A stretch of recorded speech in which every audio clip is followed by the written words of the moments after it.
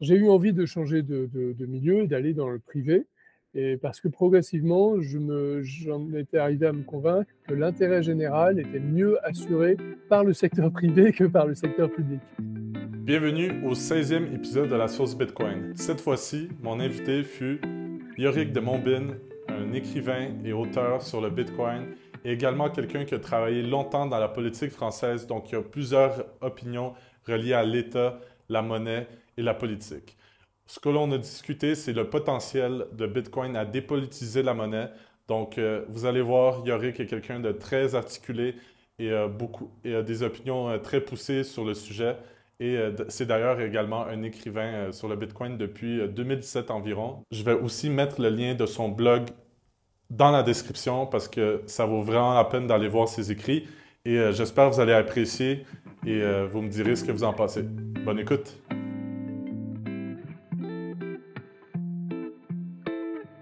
Bienvenue à tous au 16e épisode de la sauce Bitcoin avec Yorick de Monbin. J'ai avec moi un très cher invité qui est écrivain, qui travaille également pour l'État français. Donc, beaucoup de questions à poser. Peux-tu te présenter brièvement, Yorick, pour l'audience? Oui, salut Matchek, merci pour ton invitation. J'ai 47 ans, je suis magistrat à la Cour des comptes française. Je réfléchis à Bitcoin depuis 2016. J'ai découvert cet univers cette année-là.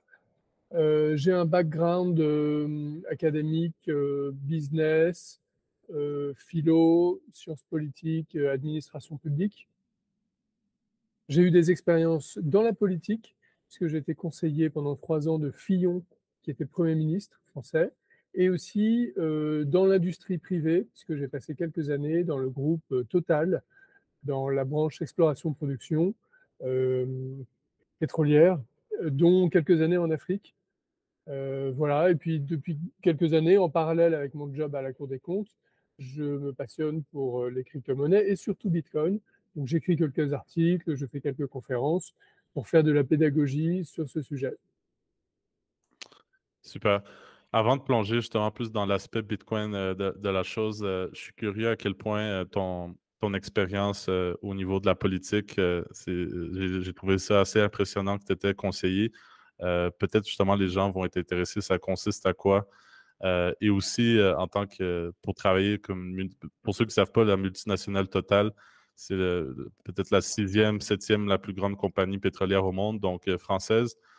Donc, je me demande si cette expérience en Afrique et également en tant que conseiller politique a influencé ta façon de voir les choses et qui t'a éventuellement mené au Bitcoin d'une certaine façon. Je suis curieux de ton expérience et comment ça a influencé tout ça. Bon, il y a beaucoup de choses à dire hein, sur tout ça. Euh, pour résumer, moi, à l'origine, j'étais attiré par la chose publique, qu'on appelle l'intérêt général et tout ça. C'est pour ça que j'ai voulu passer quelques années dans la sphère politique, pas en tant qu'élu, mais en tant que conseiller. Et finalement, je me suis rendu compte qu'on trouvait dans cet univers des gens très intelligents, très forts, très travailleurs, très énergiques, mais aussi des gens très mauvais, très cyniques, très relativistes, parfois corrompus. Bon, voilà. Donc j'étais un peu déçu finalement de cet univers. Ça a plutôt confirmé ce que j'avais vu en théorie avant d'y aller, notamment en théorie économique avec cette école qu'on appelle le public choice, qui a donné quelques prix Nobel hein, d'économie comme Buchanan, qui décrit le fonctionnement du milieu politique avec une grille d'analyse économique. Et donc, finalement, après ça, mais ça a été une expérience fascinante, hein, quand même, vraiment très, très intéressante. Euh, j'ai eu envie de changer de milieu et d'aller dans le privé, et parce que progressivement, j'en étais arrivé à me convaincre que l'intérêt général était mieux assuré par le secteur privé que par le secteur public. Et donc, quand on est attaché à l'intérêt général, en général, on s'imagine que c'est l'État qui est là pour assurer ça. En fait, c'est pas aussi simple que ça. C'est ce que l'État aimerait que tout le monde croit, mais en fait, voilà, c'est plus complexe. Et donc, chez Total, qui est une très belle entreprise, j'ai appris beaucoup de choses, c'était absolument passionnant. C'est une industrie complexe. Le grand public n'en voit que la partie émergée. C'est en gros la partie station-service, là où on achète son essence. Mais en amont, il y a toute une industrie extrêmement lourde, extrêmement complexe pour trouver les hydrocarbures et pour les extraire. Et donc, c'est une industrie très capitalistique qui nécessite énormément d'investissement, de planification à très long terme, avec énormément d'aléas techniques, juridiques, financiers, industriels, politiques. Donc, il faut paramétrer tous ces aléas, faire des calculs. Et moi, c'était d'ailleurs une partie de mon job au début, c'était faire tous ces calculs. Euh, et donc, j'étais dans cette partie amont, celle que le grand public ne voit pas très bien, mais c'est aussi celle qui est très critiquée parce que c'est elle qu'on accuse de beaucoup polluer, par exemple, ou d'engendrer énormément de corruption dans les pays producteurs, notamment en Afrique. Donc, moi, j'étais au Nigeria pendant 2 ans, pays passionnant. C'est un milieu, un univers où il y a beaucoup de problèmes, mais aussi où il y a beaucoup de compétences. Euh, de dévouement, de passion. Il y a des métiers fascinants en géologie. C'est aussi un milieu où il y a une âme de pionnier. Ce sont des gens qui ont l'habitude de repousser les limites du possible, de se confronter à des éléments naturels de plus en plus contraignants, des défis technologiques de plus en plus sophistiqués à surmonter. Donc il y a des scientifiques, des chercheurs. Donc voilà, c'est un milieu absolument fascinant. Donc tout ça a pas mal enrichi ma manière de voir le monde. Et puis ensuite, j'ai découvert le Bitcoin en 2016. Et là, bah, ça a été plutôt un coup de foudre parce que ça a conjugué plusieurs intérêts que j'avais, mais on va revenir dessus par la suite. Super.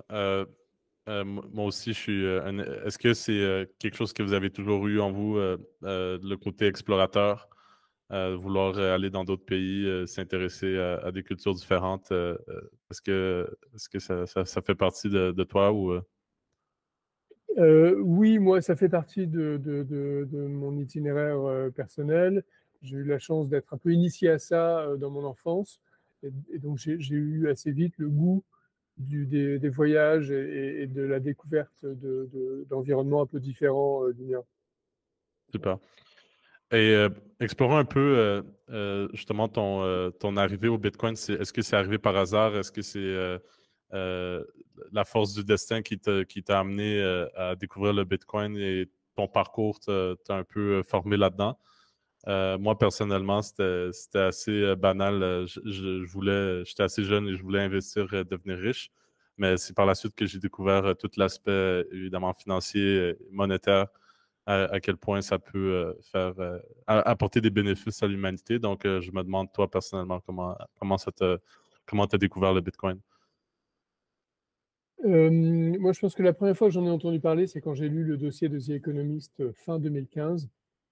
Et donc, j'ai lu ça sans trop comprendre. J'ai oublié. Et puis ensuite, j'en ai entendu parler à nouveau quelques mois plus tard, début 2016. Et là, j'ai accroché. Et en fait, ce qui m'a permis de m'y intéresser, je pense que ça a été le fait que je connaissais déjà un petit peu l'école autrichienne, et notamment l'analyse de la monnaie dans l'école autrichienne, qui est une analyse extrêmement originale, qui m'a probablement aidé à prendre Bitcoin au sérieux plus vite que si j'avais pas connu l'école autrichienne. Donc pour résumer, c'est plutôt une grille d'interprétation de théorie économique et de théorie monétaire qui m'a qui, qui m'a permis, enfin qui m'a incité à m'intéresser au Bitcoin quand j'en ai entendu parler à nouveau. En gros, pour résumer, l'école autrichienne elle dit que la monnaie ne devrait pas être gérée par l'État, elle devrait être gérée par le privé. Les monnaies privées, c'est possible et ça a existé. Et il faudrait revenir à des monnaies privées.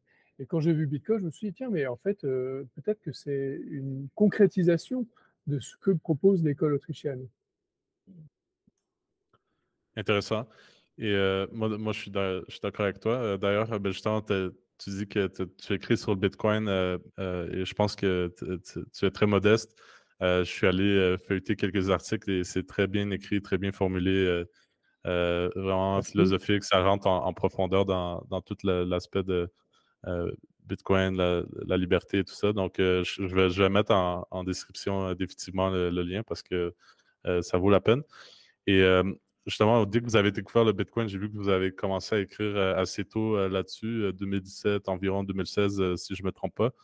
C'est quoi qui vous motive à écrire? C'est par passion, par intérêt ou c'est par intérêt peut-être professionnel aussi? C'est quoi qui vous motive à faire ça? Alors, pour l'instant, c'est pas du tout un intérêt professionnel, hein, parce que dans mon job, ça n'a rien à voir et c'est pas du tout quelque chose que je valorise professionnellement. Non, il y a plutôt deux motivations. D'abord, j'aime bien transmettre des choses qui me tiennent à cœur et partager ce que j'ai compris de sujets un petit peu compliqués. Et puis la deuxième motivation, c'est que pour moi, Bitcoin, c'est un projet de société. Il y a derrière la technologie et l'aspect financier, il y a un idéal de transformation de la société. Et donc, pour moi, faire de la pédagogie là-dessus, contribuer à la pédagogie, c'est aussi une forme d'engagement philosophique pour contribuer à l'intérêt général, au bien commun, à l'avenir, à la prospérité et à la justice. Donc, on est très loin des clichés anti-Bitcoin qu'il y a dans les médias qui décrivent le Bitcoin comme une malédiction, comme le mal incarné. Pour moi, c'est exactement l'inverse. Voilà. Super. Si on pourrait explorer un des articles que j'ai vraiment aimé, c'est le dernier d'ailleurs, c'est justement Dépolitiser la monnaie.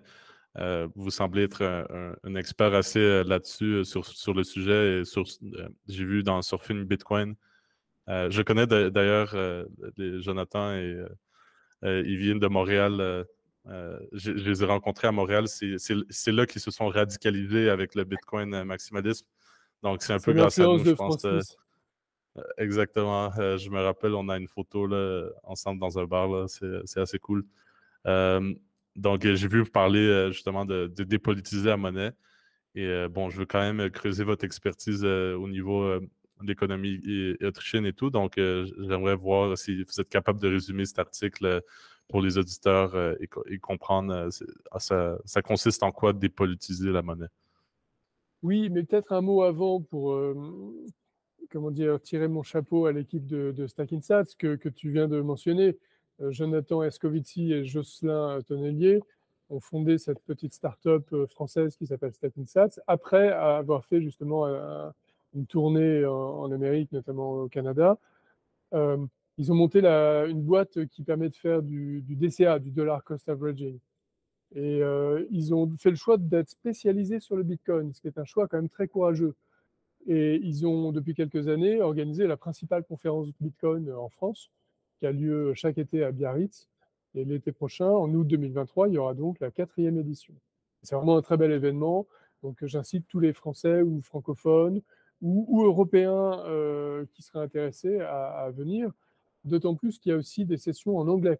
De plus en plus de conférences en anglais. Il y a des experts internationaux qui viennent. Et voilà. Après, dépolitiser la monnaie, là, je pourrais en parler très longtemps. Euh, il y a un malentendu sur le mot politique et politiser. Qu'est-ce que c'est qu'une chose politique? euh, Il y a des gens qui pensent que est politique tout ce qui concerne l'intérêt général. Et moi, je pense que c'est une mauvaise définition parce que dans cette définition, on peut mettre pratiquement tout. On peut mettre la couleur de mes chaussettes. C'est-à-dire que la couleur de mes chaussettes, en fait, contribue à l'esthétique générale et donc à au bien-être d'autrui, pratiquement. Donc, il faudrait que ce soit un sujet de débat avec des décisions collectives sur la couleur de mes chaussettes. Non, évidemment non. Alors, l'autre définition, c'est l'étymologie polis, c'est la cité en grec. Donc, est-ce que ce qui est politique, c'est ce qui concerne la cité? Ben non, parce qu'en fait, ça revient un petit peu à la même aporie que ce qu'on disait juste avant. Potentiellement, tout peut concerner la cité.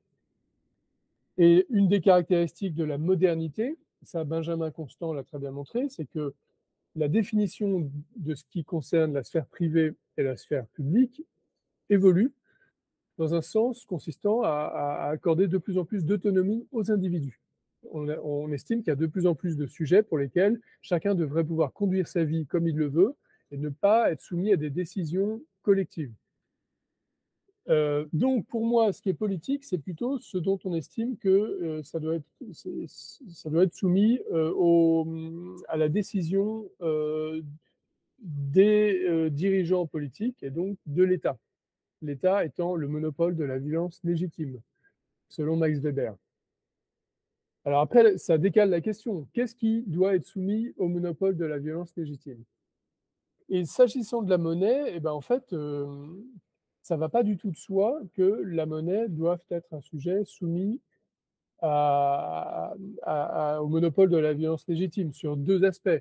Qu'est-ce qui doit servir de monnaie et qui doit gérer la monnaie et comment la gérer? Et sur ces deux aspects, l'opinion publique est convaincue que l'État doit jouer un rôle. L'État, soit le gouvernement, soit la Banque centrale, soit les deux, enfin voilà. Or, historiquement, on se rend compte que ça n'est pas du tout aussi évident. Il y a beaucoup d'exemples où des monnaies ont été privées, où elles ont été gérées de manière privée. Et on voit que quand la monnaie est gérée ou décrétée par l'État, typiquement au XXe siècle, ça crée beaucoup de problèmes. Donc, on peut les décrire. Et donc, en gros, l'idée, c'est si on veut améliorer les choses, il faudrait dépolitiser la monnaie. Il faudrait convaincre les gens que la monnaie n'est pas un sujet politique. Intrinsèquement, elle n'est pas un sujet politique. Elle n'a pas à être un sujet politique. Et le fait qu'elle ait été politisée au cours de l'histoire, très tôt d'ailleurs, en fait, dès sa création, est plutôt un frein à la civilisation qu'un avantage pour la civilisation. Et qu'il est donc urgent de dépolitiser la monnaie, de la sortir du giron de la sphère publique. Et pour ça, il y a plusieurs méthodes possibles, et les grands auteurs, les grands théoriciens libéraux ont proposé des méthodes différentes. Et moi, ce que j'explique dans cette conférence, c'est que la plupart de leurs propositions sont plutôt irréalistes, et qu'en revanche, Bitcoin est une opportunité absolument extraordinaire de dépolitiser la monnaie par une, par une méthode nouvelle, une méthode qu'ils n'avaient pas proposée, tous ces auteurs. Une méthode pacifique et une méthode inimaginable que personne n'avait imaginée et qui est en train de fonctionner, qui est en train de progresser. On est en train d'assister à un début de dépolitisation de la monnaie. Mais ça va prendre du temps, ça ne peut pas se faire instantanément. Voilà, pour résumer. Mais n'hésite Pour pas à m'interrompre, hein, résumer, parce que je peux être très long là-dessus. non, il n'y a pas de problème. Justement, tu as mentionné le monopole de la violence. Selon toi, comment le Bitcoin échappe au monopole de la violence de l'État? Euh, je suis curieux de savoir. Est-ce qu'il y a vraiment besoin d'échapper au monopole de la violence pour qu'une monnaie fonctionne sans État? Ou ça peut être restreint de certaine manière? Ce qu'on appelle le monopole de la violence légitime, c'est le fait, en fait, que la loi peut imposer des choses aux gens. Euh,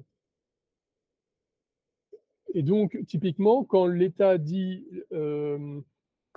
impose un cours légal à une monnaie, c'est-à-dire quand il dit on n'a pas le droit de refuser le paiement d'une dette dans telle monnaie sur un territoire donné, eh ben, il fait usage de la coercition, du monopole de la violence légitime.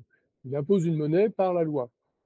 Alors que s'il ne le faisait pas, les gens utiliseraient spontanément des monnaies différentes, il y aurait une concurrence des monnaies et il y aurait probablement une monnaie qui émergerait. On ne peut pas tellement savoir laquelle a priori, mais elle émergerait d'un processus spontané et pas d'une décision coercitive par la loi. Donc ça, c'est la première chose. Est-ce qu'on veut que sur un territoire donné, la monnaie soit imposée par la loi ou pas? Et donc avec Bitcoin, on a un exemple d'une monnaie ou d'un objet quasi monétaire, ou d'une monnaie en devenir qui est en train d'émerger, c'est un phénomène émergent, dans un processus bottom-up, qui n'est pas imposé par la loi. Après, il y a des cas comme au Salvador qui sont paradoxaux, où l'État impose par la loi le Bitcoin, il donne cours légal au Bitcoin. Donc ça, c'est un sujet complètement inattendu. Peut-être qu'on reviendra dessus par la suite. Donc c'est le premier aspect, qui doit gérer la monnaie. Et le deuxième aspect, c'est qui doit décider de la monnaie. Et le deuxième aspect, c'est qui doit gérer la monnaie.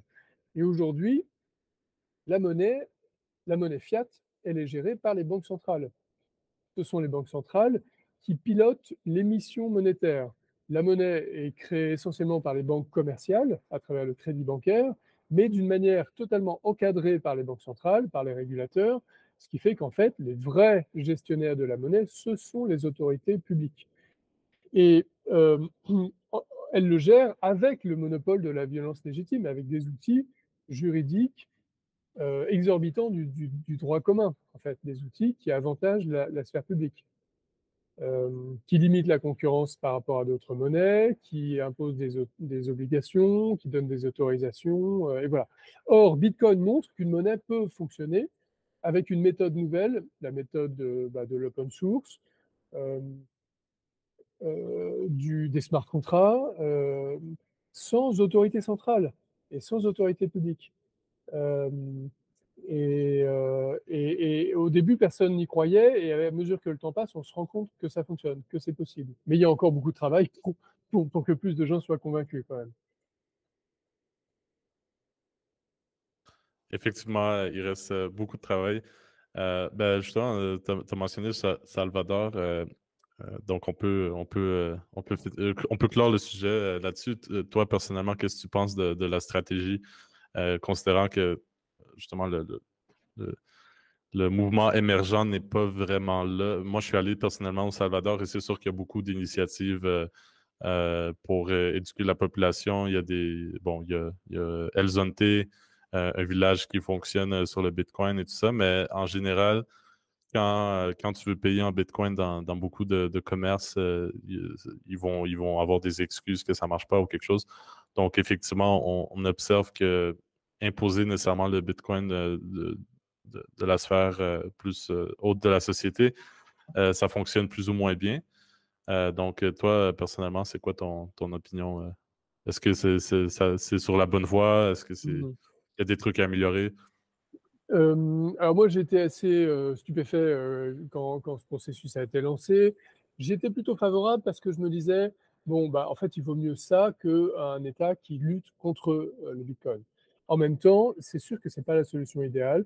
D'abord, le cours légal, c'est pas une pratique que je trouve souhaitable, donc que ce soit pour le Bitcoin ou n'importe quelle autre monnaie. Euh, Ensuite, la pratique top-down, effectivement, probablement pas la meilleure. Je pense que l'État du Salvador aurait très bien pu, comment dire, aménager le droit existant de manière à faciliter l'émergence du Bitcoin sans pour autant essayer de l'imposer. En même temps, c'est un peu ce qu'il a fait parce que dans la loi sur le Bitcoin, il y a une dérogation pour les gens pour qui c'est trop compliqué de Bitcoin. Finalement, cette obligation s'impose pas tellement à eux. Et d'ailleurs, j'y suis allé 2 fois au Salvador, hein, dont une fois récemment, et bah, personne n'utilisait le Bitcoin au Salvador, sauf dans quelques endroits à la mode sur la côte. Mais dans le pays profond où je suis allé, personne ne l'utilise. Il faut dire que les gens ont été traumatisés par l'effondrement du cours. Ça changera au prochain bull run, probablement. Mais le gouvernement s'y est pas très bien pris. Le Chivo Wallet est quelque chose d'assez choquant, qui fonctionne mal, qui a, qui a brisé la confiance de beaucoup de gens. Donc voilà, après, on peut aussi quand même prendre en compte le fait que le gouvernement du Salvador a voulu aller très vite pour ne pas laisser de temps aux opposants de s'organiser. Et c'est vrai qu'il y avait un risque énorme que soit les opposants internes ou externes ne s'organisent pour torpiller son projet.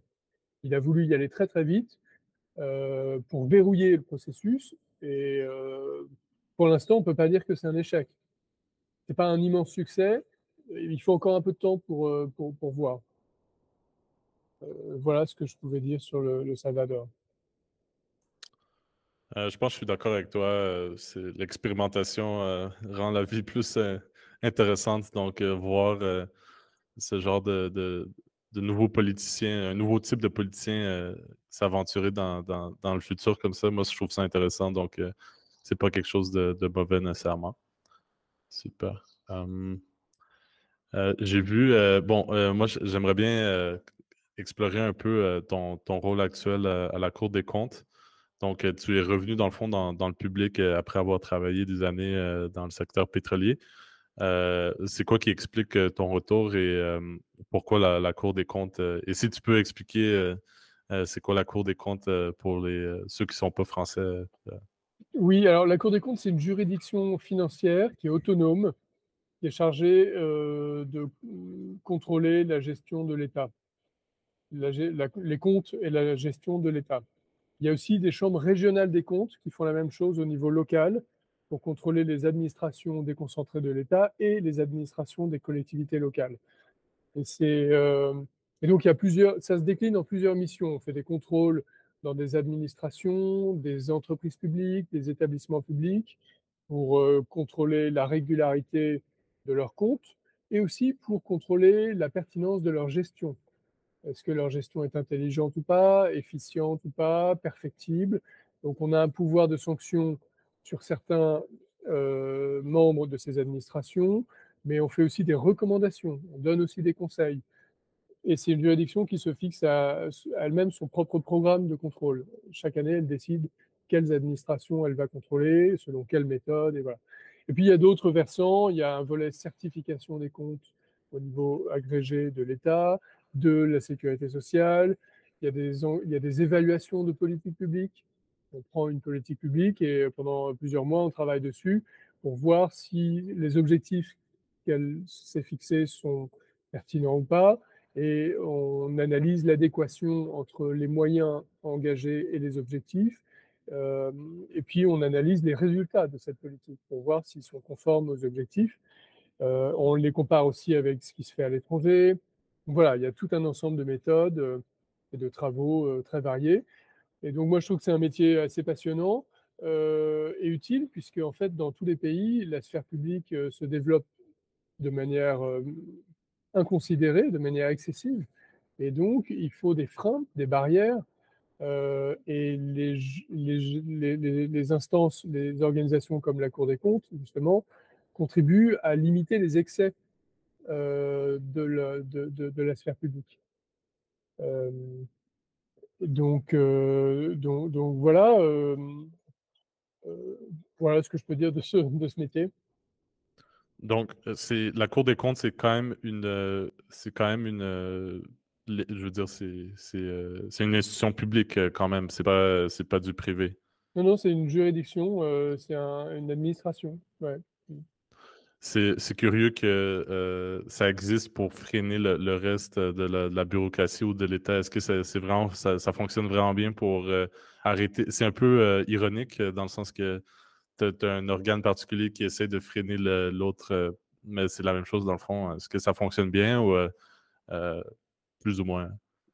Alors en fait, il y a des aspects qui sont satisfaisants, et puis d'autres où bah, c'est un peu décevant.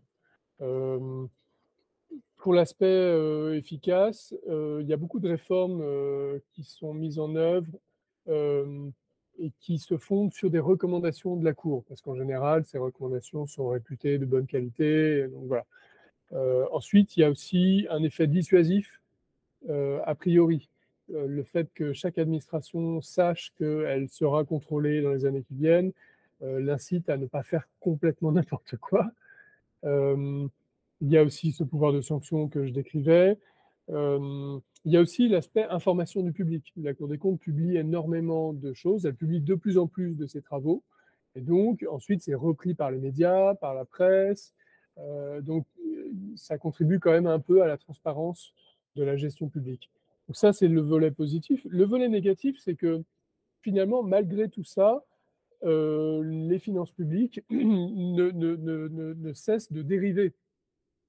Les déficits publics sont très impressionnants, la dette publique atteint des niveaux absolument incroyables. Et ça, c'est vrai dans tous les pays développés, hein, pas seulement en France, mais aux États-Unis et partout. Et ça, c'est très inquiétant. Ça montre que, en fait, ce type de contrôle n'est pas suffisant. Euh, Par ailleurs, dans certains pays, il y a toujours beaucoup de corruption ou de gaspillage, malgré les contrôles de ces institutions, donc, qui sont donc aussi insuffisantes. Donc peut-être que parfois le pouvoir de sanction de ces institutions n'est pas suffisant. Après, c'est pas facile de trouver le bon équilibre entre un pouvoir de sanction très fort accordé aux magistrats des juridictions financières et euh, une autonomie du politique, puisque dans la démocratie, la légitimité vient de l'élection. Et donc, il y a une forme de sacralisation du pouvoir politique. Celui qui est élu par le peuple bénéficie d'une forme d'aura Et donc, on hésite à le rendre trop vulnérable par rapport à des sanctions qui seraient accordées par des juges non élus. Et surtout en France, pour des raisons historiques. Il y a ce biais que la Constitution de la Ve République exprime, enfin révèle totalement. Donc là, il y a eu toute une réflexion à avoir sur comment on pourrait trouver un meilleur équilibre, justement, entre tout ça. Et puis, si on veut mener la réflexion plus loin, effectivement, comme tu le suggères, on peut se dire pourquoi est-ce qu'un organisme public contrôle un organisme public?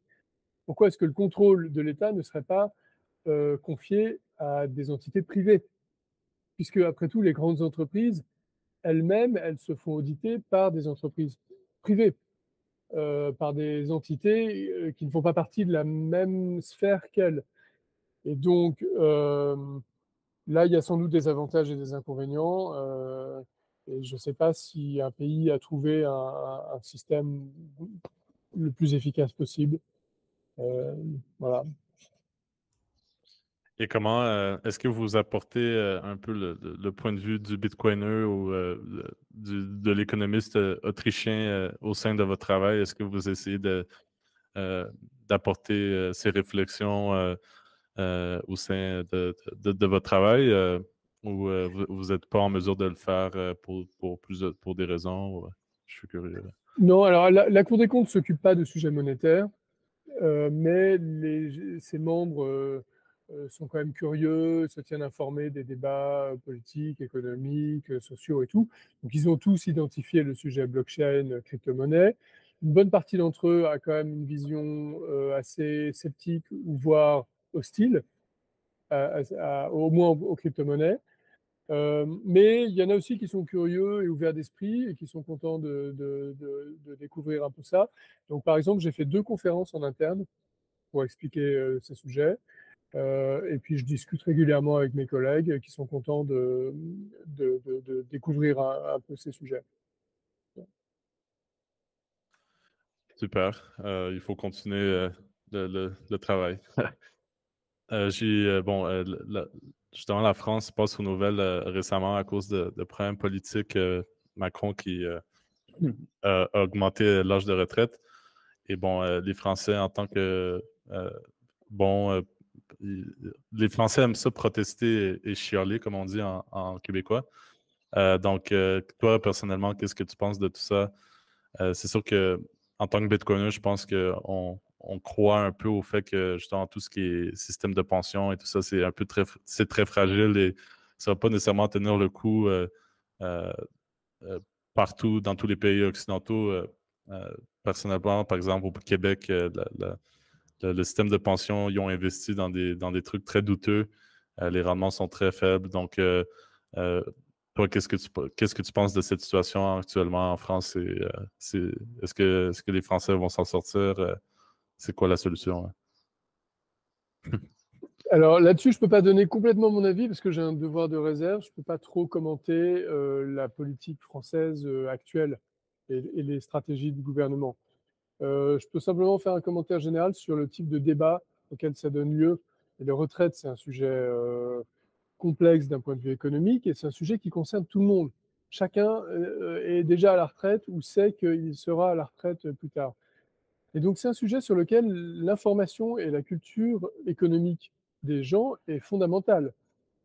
Or, on se rend compte qu'en France et dans beaucoup d'autres pays développés, la culture économique des gens est très biaisée, notamment, à mon sens, parce qu'une grande partie du système éducatif est pilotée par la sphère publique, soit directement, soit indirectement. Même les établissements d'enseignement privés sont soumis à des programmes qui sont décidés par la sphère publique. Et donc, est-ce qu'il est étonnant qu'il y ait des biais en faveur de certaines idéologies à partir du moment où une grande partie du système éducatif est pilotée par la sphère publique? Et pour donner un exemple concret, en fait, les gens savent très peu ce que c'est que la capitalisation d'un sujet comme la retraite. Et donc, c'est un sujet pratiquement absent des débats. Euh, et les gens ne font pas tellement l'effort de s'informer sur ce qui existe à l'étranger, sur des cas où la capitalisation serait plus développée et fonctionnerait bien. Et on leur apprend pas ça à l'école, et les médias ne font pas leur travail d'information parce qu'ils sont eux-mêmes biaisés largement en faveur de certaines idéologies. soit parce que leurs journalistes sont, ont des opinions personnelles et qu'ils n'arrivent pas à s'empêcher de les exprimer parce qu'ils croient qu'ils sont dans une sorte de combat personnel alors que ce n'est pas leur rôle. Euh, Soit parce que les médias sont conflictés d'un point de vue économique, ils reçoivent des subventions de la sphère publique, ou alors ce sont tout simplement des médias du secteur public. Euh, et donc, en fait, les débats sur ces sujets ne sont pas équilibrés.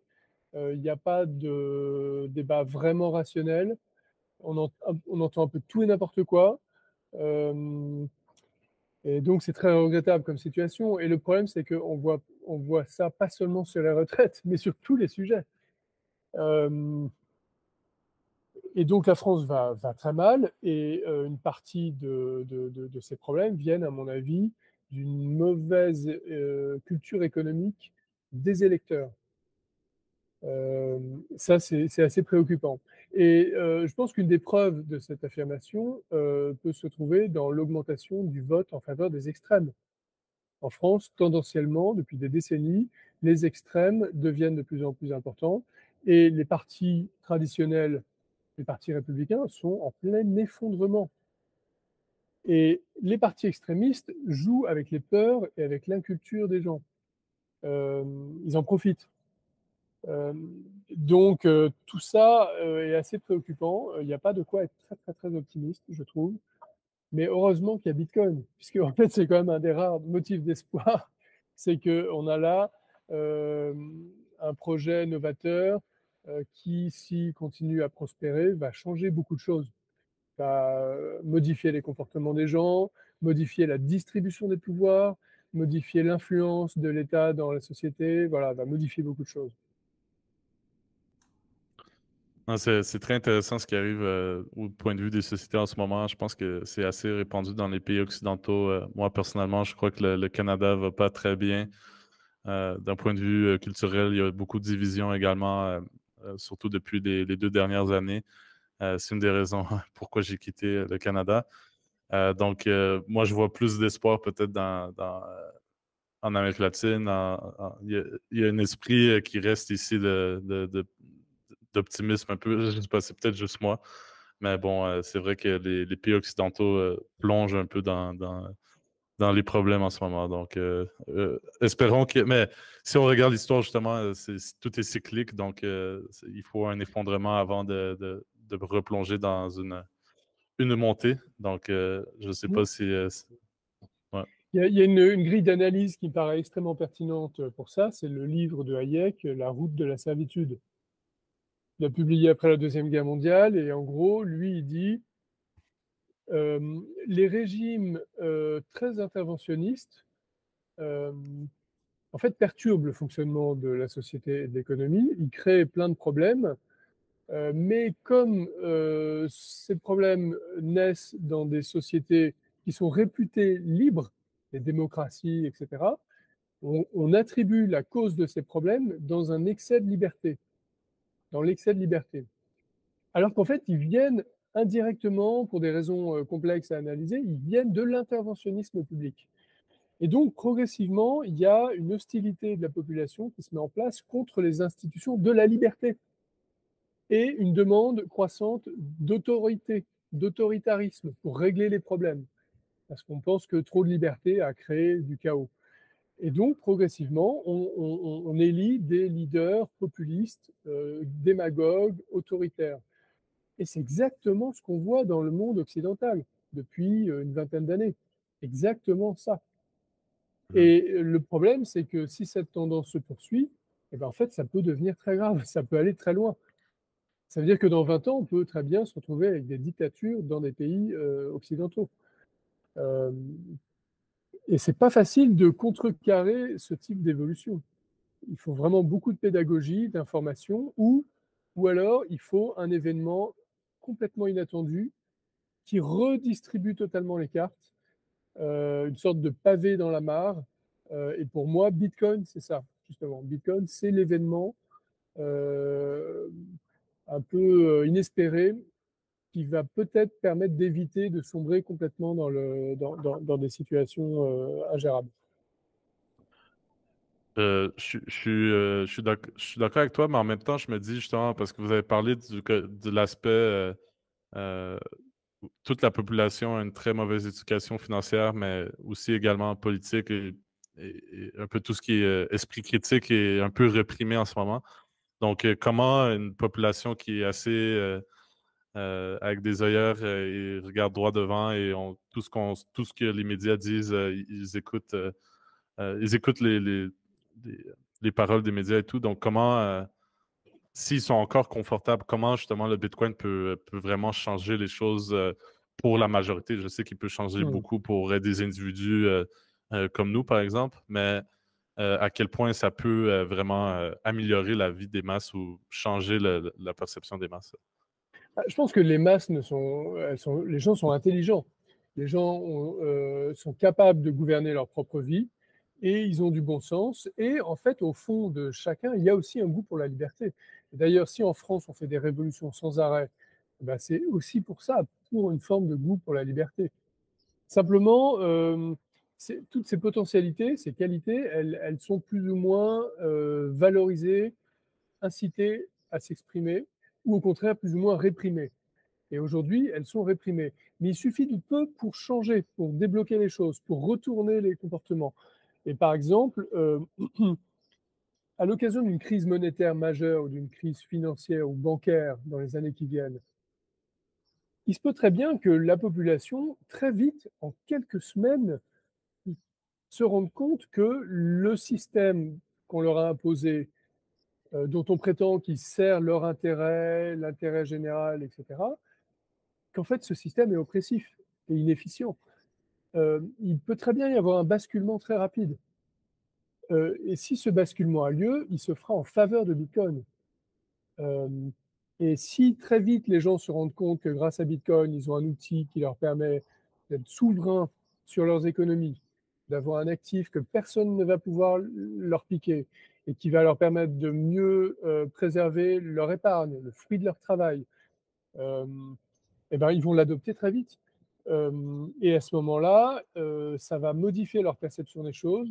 Ils vont se dire que, en fait, ils n'ont pas forcément besoin d'être assistés comme des enfants. Certes, Bitcoin comporte des risques, et il va falloir qu'ils fassent un peu plus attention à ne pas perdre leurs clés privées, etc., et qu'ils se comportent comme des adultes. Mais avec ces risques, euh, il y a aussi d'immenses bénéfices, d'immenses avantages, euh, et ça, ils peuvent le comprendre très vite. C'est pour ça que moi, je reste plutôt optimiste. Et s'ils adoptent Bitcoin, donc ça va modifier leur manière de voir les choses, leur rapport au pouvoir politique, euh, et leur rapport au temps et à la culture, au long terme, à l'investissement, à la consommation. Ça va changer beaucoup de choses. C'est c'est- c'est, c'est pour ça que je pense que c'est un projet de société, Bitcoin. Et il y a des aspects où enfin, des moments où on a l'impression que c'est décevant parce que Bitcoin ne se développe pas assez vite. Mais je pense que l'adoption procède par accélération soudaine. Euh, Mhm. et les prochains bull runs, surtout s'il y a des crises bancaires et monétaires majeures, vont probablement permettre des sauts en termes d'adoption peut-être inimaginables en fait. En théorie, peut-être c'est déjà en train d'arriver. C'est sûr que je ne sais pas ce que tu penses, mais toutes les banques sont effondrées récemment. Tous les médias le balayent un peu sous le tapis. On dirait pas qu'il y a trop de panique, on dirait, comparativement à 2008. Moi, j'étais assez jeune dans le temps, donc je me rappelle pas tant des impressions, mais il me semble qu'en 2008, il y avait bien plus de panique, alors que maintenant, on est dans un ordre de magnitude bien plus grand en termes de pertes et bon, de tous les problèmes. C'est quand même une échelle plus grande, donc peut-être on est en train de- d'aller vers ce moment où le Bitcoin peut s'auto-s'accélérer rapidement. Voilà. Après, peut-être qu'il ne faut pas que l'adoption de Bitcoin aille trop vite non plus, parce qu'il faut que l'infrastructure soit prête.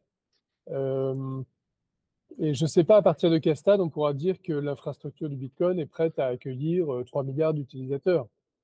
Je pense pas qu'elle soit prête aujourd'hui. Il y a peut-être encore des progrès à faire en termes de protocole, de layer 2, de scalabilité, d'accessibilité des wallets, d'outils de gestion des clés privées. Euh, donc Ben, on peut-être le que voit avec finalement le le... Salvador, je pense. On le Oui, voit avec le Salvador, c'est un tout petit pays et pourtant c'est très difficile pour la population, disons, générale d'adopter le Bitcoin. C'est très alien pour eux en général. oui, alors il faut dire que au Salvador, les gens se disent qu'ils n'en ont pas forcément besoin, ils n'en ont pas une urgence absolue, sauf ponctuellement, par exemple pour la rémittance, voilà. Mais dans leurs échanges quotidiens entre eux, ils n'en ont pas besoin parce qu'ils sont dollarisés, ils utilisent le dollar. Mais bon, euh, s'il y avait une crise majeure dans les années qui viennent, une crise monétaire, bah, peut-être qu'ils y viendraient très vite. Euh, et qui trouveraient des outils qu'ils seraient capables d'utiliser. Euh, voilà, c'est complexe et il y a aussi des tas de situations très différentes hein, d'un pays à l'autre, d'un milieu à l'autre. Mhm. Super. Euh, j'ai vu un extrait de Blockchain Paris Week. C'est drôle de voir sur les médias sociaux les gens qui vont à Paris la première fois, là, ils voient des poubelles partout, ils voient des protestations.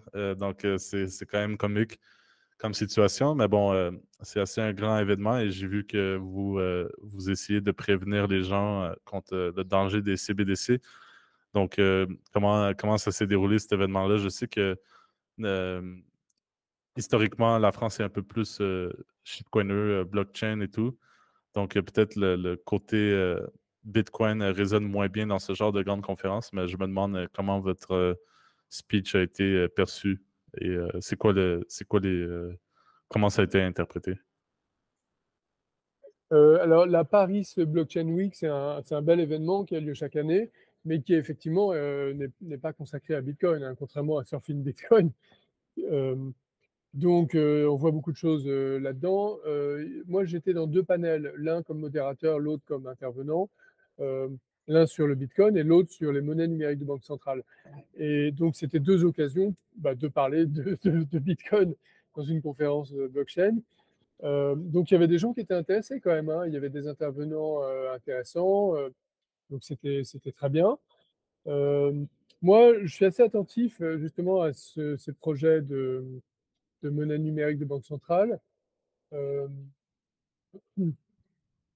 il y a du bruit là parce que ma fenêtre est ouverte et il pleut. Est-ce que ça s'entend ou pas? Non, ça s'entend pas. J'ai pas besoin d'aller fermer la fenêtre? J'entends rien. D'accord, Non, ok. pas de problème. Je- Non. D'accord. À moins Donc, que ça vous moi, je suis dérange. attentif. À moins que ça dérange pas. Non, ça ne dérange pas. Donc, je reprends. Moi, je suis assez attentif au projet d'une monnaie numérique de banque centrale, sans connaître tous les détails parce que c'est très complexe, mais j'ai quand même l'impression qu'il y a un mouvement de fond pour aller vers ces nouveaux outils, malgré les difficultés, parce que ça perturbe les banques, c'est très complexe techniquement. En tout cas, les banques centrales communiquent beaucoup dessus, sans trop être certaines de comment elles vont faire, elles communiquent dessus, et j'ai l'impression que c'est dans l'intérêt des États de mettre ces outils en place, parce que ça va leur permettre de renforcer leur contrôle sur la monnaie, sur l'économie, sur les individus. Et je trouve que la population est mal informée de ces sujets. Une partie des experts sont plutôt complaisants vis-à-vis de ces projets parce qu'ils espèrent en bénéficier. Les banques centrales ont des budgets illimités pour embaucher des armées de consultants, d'avocats, de publicitaires.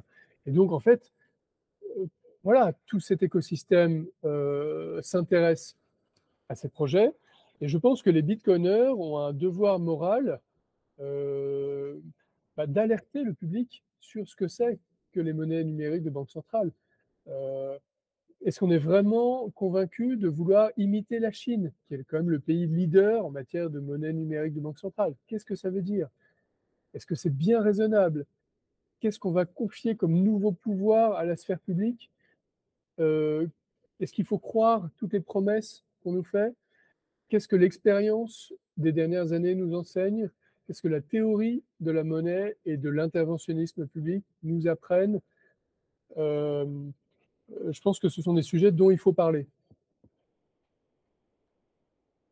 Absolument. Moi, c'est quelque chose qui me fait peur personnellement. Bon, je sais pas au Canada, c'est quoi l'état en ce moment au niveau du sujet, mais je sais que par exemple au Mexique, il y a un projet qui doit être déposé l'année prochaine au niveau du CBDC, une proposition. Mais bon, au Mexique, considérant un peu euh, l'inefficacité générale du gouvernement, je pense pas que ça va aboutir et surtout que euh, il y a une très grosse partie de la population de la société qui vit avec le cash uniquement. Donc, 50% de l'économie, 60%, c'est de l'économie grise, donc des personnes qui ne payent pas d'impôts, qui opèrent uniquement avec le cash. Mais je pense qu'en France, c'est un peu différent, vu que les gens sont déjà en train d'utiliser principalement de l'argent euh, digital, donc avec leur carte de crédit, leur carte de débit.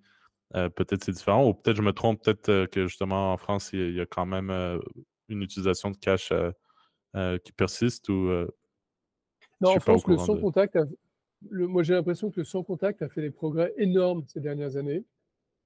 Euh, Moi, je pense que le cash physique va disparaître assez vite, enfin en une ou deux générations maximum. Il y avait un débat là-dessus, justement, dans le panel où j'étais. Il y a des gens qui ne croient pas à cette idée. Ils pensent que le cash physique va se maintenir. Euh, Moi, je pense qu'il y a, dans la population, parmi les utilisateurs, il y a sans doute des aspirations un peu contradictoires. D'un côté, les gens sont attachés au cash physique parce que c'est un outil de liberté. En même temps, eh ben, en fait, les utilisateurs, la plupart d'entre eux trouvent que c'est quand même plus pratique de payer en sans contact. Euh, Par ailleurs, il y a quand même une tendance très nette, c'est que les États, partout, diminuent les montants maximum de cash avec lesquels on peut faire des transactions. Il y a des réglementations de plus en plus contraignantes qui visent clairement à dissuader de plus en plus l'usage du cash. Donc c'est pour ça que quand on dit que les banques centrales développent des projets de CBDC pour s'adapter à la baisse de l'utilisation du cash, je trouve que c'est un sophisme de présenter les choses comme ça, parce que la réalité, c'est qu'il y a une volonté des États d'éliminer le cash. Les États ne prennent pas acte de la baisse de l'usage du cash, ils, ils incitent à éviter le cash. Et parallèlement, ils développent des projets de monnaie numérique de banque centrale. Et donc, en fait, la disparition du cash physique serait une nouvelle extrêmement inquiétante et préoccupante si on n'avait pas, grâce à Bitcoin, une forme de cash numérique. Mais quand les gens Mhm. disent que le cash numérique, ça va être les monnaies numériques des banques centrales, là, je pense que c'est une erreur. C'est encore une manière malhonnête ou illusoire de présenter les choses. Je ne vois pas pourquoi les monnaies numériques de banque centrale seraient une forme de cash numérique. Pour moi, du cash, c'est un instrument de paiement sans tiers de confiance et incensurable, sans personne nécessaire pour valider la transaction et donc sans personne qui a un pouvoir pour interrompre la transaction. C'est ça quand je paye avec une pièce. C'est ça quand je paye avec un bitcoin. Mais avec une monnaie numérique de banque centrale, ce ne sera pas ça. Ça ne Mhm. sera pas totalement Exactement. désintermédié. Donc, d'une certaine manière, les monnaies numériques de banque centrale, si elles se mettent en place, elles vont peut-être aussi faire de la pub pour Bitcoin. Elles vont permettre aux gens de comprendre la différence entre Bitcoin et ses outils. Euh, et donc, Bitcoin servira de bouée de sauvetage, de recours, de protection face à ces nouveaux outils qui sont dangereux, qui sont potentiellement totalitaires, en fait. Totalement d'accord avec toi. Euh, mais bon, on va essayer de se battre contre tout ça. Euh, j'ai quand même fait le tour des questions, je pense, que j'avais. Ça fait environ une heure qu'on discute. Je me demandais, peut-être, dernière question, ou si tu as des derniers commentaires. Euh, si tu as conseillé, bon, c'est sûr que toi, tu as plongé dans le Bitcoin d'une manière plus profonde, dans l'économie et tout, mais si tu avais à conseiller un parcours pour quelqu'un qui s'intéresse au sujet pour avoir bonne compréhension sans devoir nécessairement passer des semaines et des semaines à lire du Rothbard, comme tu dis, euh, c'est quoi que tu conseillerais? pour Comme, heu, l'utilisateur comme lambda. comme comme, comme livre? Comme livre ou peut-être des personnes à suivre dans l'univers français, peu importe. Hem, alors, je pense que c'est nécessaire de bien s'informer sur la monnaie, sur la théorie et l'histoire de la monnaie, notamment quand on n'a pas eu l'occasion de le faire dans son parcours, académique, hein, et donc notamment quand on est un virtuose de la cryptographie ou de l'informatique. hem c'est nécessaire quand même de compléter, par, quelque chose sur la monnaie. De même que pour les économistes ou les commerciaux, c'est nécessaire de se former un petit peu à la technique, pour pas raconter complètement n'importe quoi. Mais comme la monnaie, c'est quelque chose qu'on utilise tous, beaucoup d'entre nous pensent qu'en fait, chacun peut avoir un avis sur ce que c'est que la monnaie et comment ça devrait fonctionner, sans trop faire l'effort de regarder ce qui s'est dit, ce qui s'est écrit dessus pendant des siècles. Et donc, je pense que c'est quand même nécessaire de faire l'effort de regarder les grands auteurs. Donc, en fait, le livre le plus accessible, ça reste celui de Rothbard, «État, qu'as-tu fait de notre monnaie?» En anglais, c'est «What has government done to our money?» En français et en anglais, c'est gratuit sur internet en fichier PDF et puis on peut aussi acheter des versions, imprimées sur Amazon. C'est un livre très court, très simplement écrit. Il faut énormément d'intelligence et de compétences pour écrire un livre aussi pertinent, aussi profond et aussi facile à lire. C'est un livre qui a 2 aspects, un aspect théorique, qui explique ce que c'est que la monnaie comme ça dans l'abstraction, et puis qui montre comment la réalité s'est éloignée de la théorie à cause de l'interventionnisme public et quel désastre ça a créé au XXe siècle. Donc c'est un livre extrêmement formateur. Et puis, il y a des livres, accessibles de la même manière, plus récents, écrits par des gens du même courant. Je pense notamment à Bob Murphy, je ne suis plus trop sûr du titre, je crois que c'est, Money, Mechanics ou The Mechanics of Money ou quelque chose comme ça. Bob Murphy, du Mises Institute. Et le deuxième, c'est un livre plus récent de Thorsten Pollett, dont j'ai oublié le titre aussi, et qui est également du Mises Institute, et c'est un livre très court et très intéressant. Ça fait 3 références. Après, si on veut creuser, il y a des livres beaucoup plus pointus, plus gros, plus profonds, un peu plus complexes. Des gens comme Jesus Huerta de Soto ou Guido Hülsmann ou Joseph Salerno ont écrit des livres fantastiques en matière de monnaie. Super, donc on a un top 3 de livres. Je vais les mettre dans la description pour les gens qui veulent en apprendre plus. Et si tu aurais à dire un top 3 de tes propres écrits, tu dirais quel article que tu conseilles de lire de ton blog? Alors moi, j'ai un compte Medium où je mets tous mes articles. Je dirais alors, bah, celui, sur dépolitiser la monnaie. C'est une transcription de ma présentation à Surfing Bitcoin. En numéro 2, j'ai fait une note de synthèse sur le Lightning Network pour expliquer comment il fonctionne. Donc il date un peu, mais comme ce sont les principes généraux, je pense que ça reste pertinent et c'est écrit pour des non-techniciens. Et ça m'a demandé un gros effort parce que c'est quand même assez complexe le Lightning Network et je ne suis pas technicien. Et j'ai eu la chance d'avoir des conseils de techniciens d'élite et donc ça m'a permis de faire une synthèse qui est sans doute utile pour des non-techniciens. Et puis ensuite, bah, c'est des articles un peu plus courts. Il y en a un qui a été traduit en anglais, qui a été publié par Bitcoin Magazine, qui est la monnaie ouverte et ses ennemis. The Open Money and its Enemies, où je fais un parallèle entre le système Bitcoin et la théorie de Karl Popper sur la société ouverte, pour expliquer une partie de l'agressivité des gens contre Bitcoin. Voilà. Super, je vais tout mettre ça. Donc, oui, est-ce que tu as des derniers commentaires, questions, je sais pas, peu importe, pour clore la discussion? Alors moi, je suis intéressé par ton point de vue sur comment ça se passe au Mexique. Quelle est ta perception de l'adoption du Bitcoin au Mexique?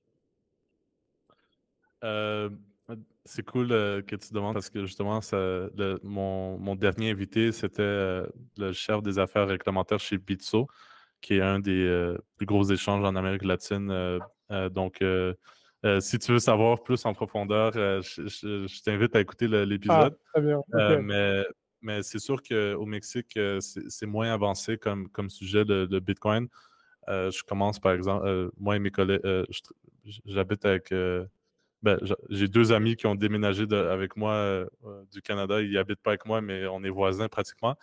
On commence à faire une communauté ici, dans la ville que j'habite, Querétaro. C'est à 2 heures de Mexico City. Donc, c'est un sujet qui est pas très répandu à travers la société. Euh, c'est sûr qu'il y a des niches de personnes qui s'y intéressent naturellement, mais on n'en est pas. C'est que, dépendamment de où on est en Amérique latine, par exemple, le El Salvador, le cas d'utilisation de Bitcoin était assez clair, alors qu'au Mexique, l'économie est assez forte. Le peso mexicain, il était très fort les 2 dernières années, donc les gens ne pensent pas nécessairement à une alternative ou de point de vue de la monnaie vraiment. Et du côté investissement, les Mexicains sont encore très traditionnels dans la façon de voir les choses. Donc, ils vont vouloir investir dans l'immobilier, plus dans la terre ou euh, moins dans les actions. C'est juste en train de commencer, disons. C'est sûr que c'est un très grand pays, donc il y a toujours une partie de la population qui s'y intéresse. Mais d'un point de vue général, euh, il y a du travail à faire. Euh, c'est un peu ça que je fais ici. C'est sûr que je veux contribuer à- à l'avancement du Bitcoin ici. C'est pour ça qu'on organise des meet-ups et tout. Mais C'est vrai on que est si le peso est élevé, effectivement, ça n'incite pas forcément beaucoup de gens à s'intéresser au Bitcoin. Mais alors, comment ça se fait qu'il soit si élevé? Est-ce que c'est parce qu'il y a une politique monétaire sérieuse, prudente, ou est-ce que c'est parce qu'il y a une balance commerciale très positive qui fait qu'il y a une forte demande pour le peso, ou est-ce que c'est une combinaison de plusieurs facteurs? Je pense que c'est une combinaison de plusieurs facteurs, mais le fait que durant le COVID, le Mexique soit le seul pays pratiquement qui est resté ouvert et que l'économie continue à rouler par rapport à d'autres personnes. Et en ce moment, il y a vraiment beaucoup d'étrangers qui viennent au Mexique, beaucoup d'investissements. Donc, oui, je pense que c'était une très bonne décision du point de vue du Mexique de rester ouvert, je pense. Ça a fortement contribué à ce que le pesos ne s'effondre pas. D'ailleurs, justement, moi, je pense le pesos a augmenté en valeur de 15% par rapport au dollar américain en une année. Donc, c'est assez significatif. Impressionnant. Hmm. Si tu te fais payer en dollars américains, puis tu viens au Mexique en tant qu'expat, profiter de la culture mexicaine et des bas prix, ben, c'est sûr que, bon, avec un salaire américain ou européen, tu vas toujours avoir un bon mode de vie. Mais bon, ça fait quand même une différence dans le pouvoir d'achat de 15-20% en une année. C'est assez significatif. Pour les Européens, la différence est encore plus grande, du coup. Euh, Ouais, Parce que je pense l'euro que c'est. s'est quand même déprécié. Bon, OK. Mhm. Donc, oui, il y a du travail à faire, mais c'est positif. Aussi, malheureusement, il y a beaucoup de personnes qui sont fait scam euh, par des MLM, bon, que- bon, les scams classiques. Donc, il y a du travail à faire pour changer l'opinion un peu. Ouais, les gens qui se font avoir comme ça sont traumatisés et traumatisent leur entourage. Donc, effectivement, ça freine l'adoption. Ouais. Exactement. Puis justement, dans nos meet-ups, pour l'instant, il n'y a vraiment pas de débutants qui viennent. C'est vraiment des experts, des expats qui vivent alentour dans d'autres villes, qui se déplacent 4-5 heures juste pour venir voir une communauté. Donc, des développeurs qui travaillent dans une compagnie Bitcoin qui habite au Mexique. Donc, il y a des développeurs partout, c'est sûr. Donc, avant de s'attaquer à essayer d'évangéliser les débutants puis les masses, donc, on essaie de rassembler plus la communauté d'experts pour vraiment avoir une communauté forte qui démontre que c'est pas un scam, bon, Hmm. il y a des personnes qui travaillent dans l'industrie et tout, donc c'est un peu la stratégie. Vous Mais je fais préparez ça. pour le prochain bull run pour accueillir les masses de débutants qui vont vous submerger. on va voir, mais on va être prêt. On va être prêt, oui. OK. Très bien, bah, bravo, tout ça. Donc, merci encore d'être venu. Donc, je ne sais pas si OK. tu avais encore un dernier commentaire ou on en finit là. Non, non, non, merci beaucoup pour, ton invitation et pour cette discussion, intéressante. Super, donc on va terminer ici le 16e épisode avec Yorick Desmombines.